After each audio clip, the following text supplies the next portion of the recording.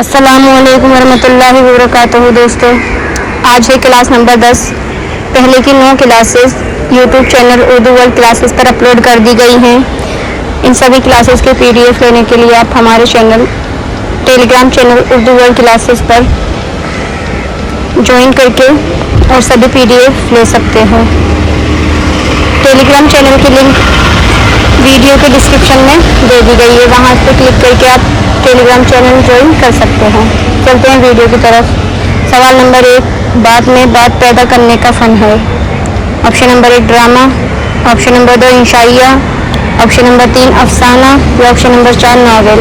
بتائیے بات میں بات پیدا کرنے کا فن ہے۔ اس سوال کا صحیح جواب ہوگا آپشن نمبر 2 انشائیہ۔ انشائیہ ایسی صنف ہے جس میں بات سے بات پیدا کی جاتی ہے۔ شاعر انشائیہ لکھتے وقت بات سے بات پیدا کرتا ہے، یہ انشائیہ کا فن ہے۔ سوال نمبر 2، اردو میں مضمون نگاری کا باقاعدہ آغاز کس نے کیا؟ بتائیے، حالی نے، مرزا غالب نے، سر سید احمد خان نے یا میر امن نے؟ بتائیے اردو میں مضمون نگاری کا باقاعدہ آغاز۔ اس سوال کا درست جواب ہوگا آپشن نمبر 3 سر سید احمد خان۔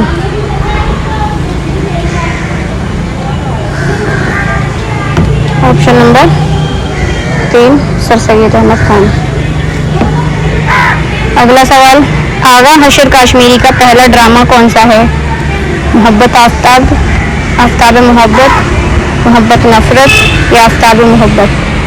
ایسے ہی سوال دیکھ کے ہم کنفیوز ہو جاتے ہیں کہ ہم صحیح آنسر ہمیں کون سا کرنا ہے۔ بتائیے آپ۔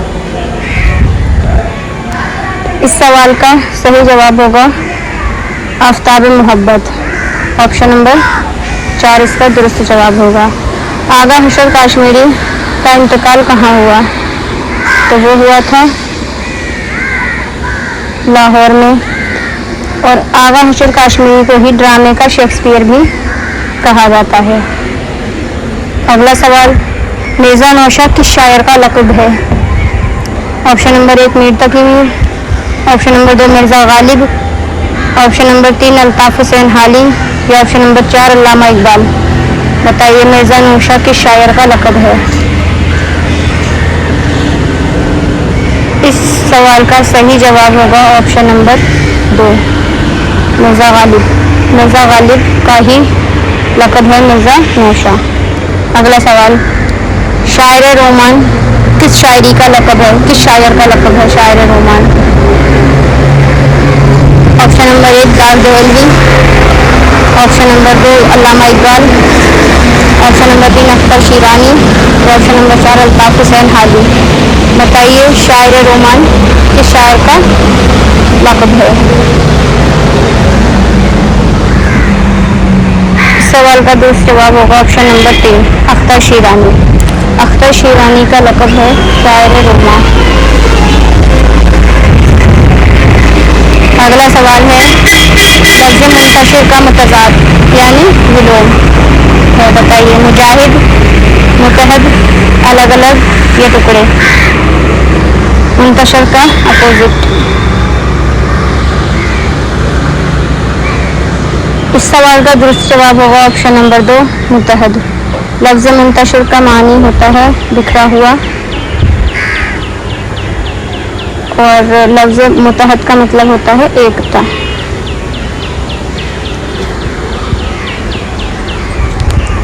ترانہ کس صنف کا قدیم نام ہے؟ قدیم کا مطلب ہوتا ہے پرانا، قدیم کا مین ہوتا ہے پرانا۔ تو بتائیے کس صنف کا پرانا نام، کس صنف کا پرانا نام ترانہ ہے؟ بتائیے دوہے، رباعی، مثنوی یا غزل؟